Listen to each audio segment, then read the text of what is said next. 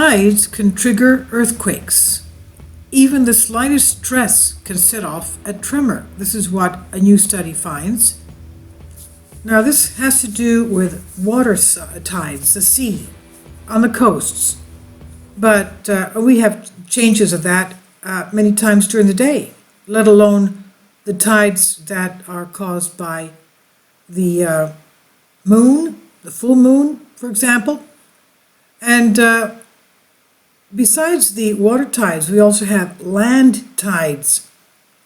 The moon also moves the land. And, well, some people also claim we have planetary alignment tides and earth tides. But there's more of an influence from the moon. Now you can understand, even though it's a few centimeters for land tides, that can be devastating because that can also create earthquakes. But this is concerning the mid-ocean ridges and water tides. This is from Columbia University.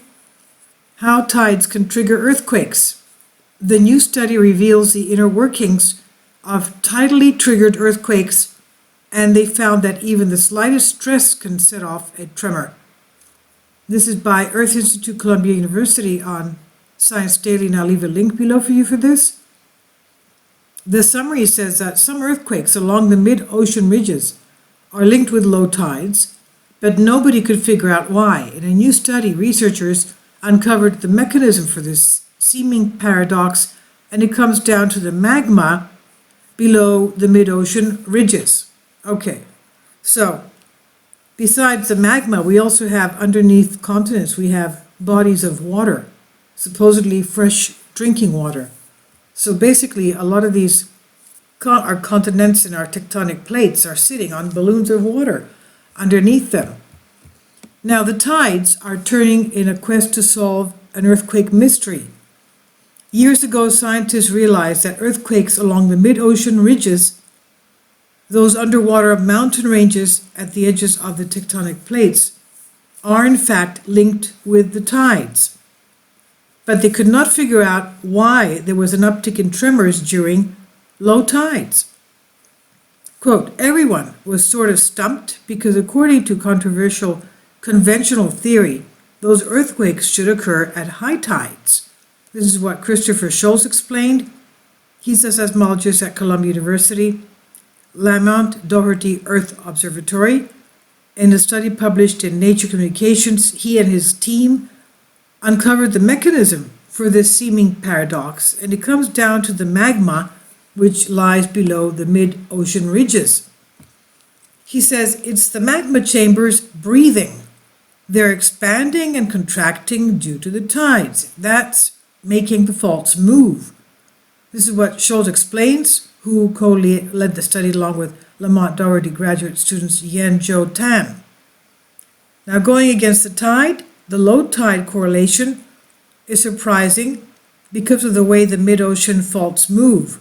Schultz described the fault as a tilted plane that separates two blocks of Earth. And during movement, the upper block slides down with respect to the lower one.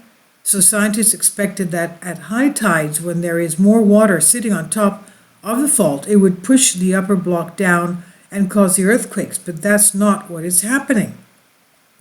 Instead, the fault slips down during low tide when forces are actually pulling upwards, which is the opposite of what you'd expect.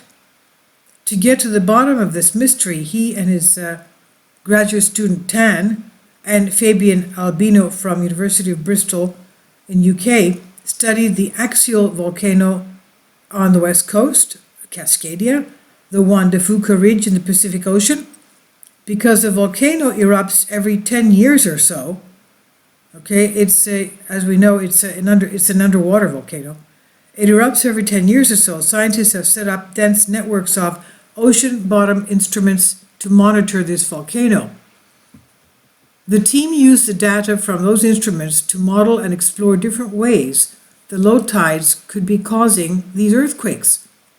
In the end, it came down to a component that no one else had considered before: the volcano's magma chamber, a soft, pressurized pocket below the surface. The team realized that when the tide is low, there's less water sitting on top of the chamber, so it expands up.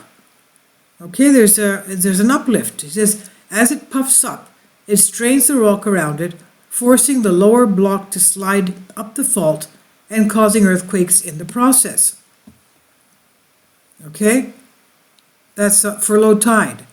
Also, Schultz explains the tidal earthquakes in this region are so sensitive that we can see details in the response that nobody could ever see before. When the team charted the earthquake rate versus the stress on the fault, they realized that even the tiniest stress could trigger an earthquake. The tidal data helped to calibrate this effect, but the trigger and stress could be caused by anything, such as the seismic waves from another earthquake, a nearby earthquake, or fracking wastewater pumped into the ground. Schultz says people in the hydrofracking business want to know, is there some safe pressure you can pump and make sure you don't produce an earthquake? The answer that we find is that there is not any. It can happen at any level of stress. Of course, a small stress over a small area is not going to cause a devastating earthquake, and the exact amount of stress needed varies from place to place. He says our point is there is no intrinsic stress that has to be exceeded to cause an earthquake.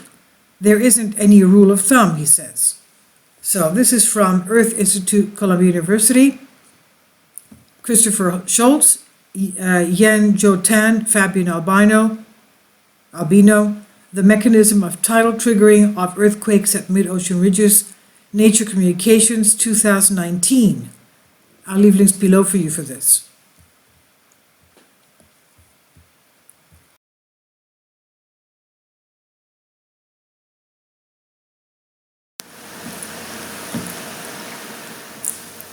If you'd like to join me on my Patreon account, you will hear content not covered by mainstream media. These riveting stories will be based on my research, and I will state my opinions and give my personal insight on diverse and controversial subjects and world events not covered by mainstream media, and not supported by YouTube guidelines. So whatever I have on my Patreon, most of those will not be on my YouTube channel. Please consider becoming a member today.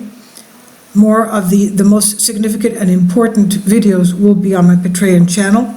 Your support helps me to continue my research and keeps this YouTube channel alive. And we depend on your support, your generous charity, because we help economically challenged families here in Athens, Greece, in Kapota, and we also help the young generation with university tuition and the community around our church. Thank you.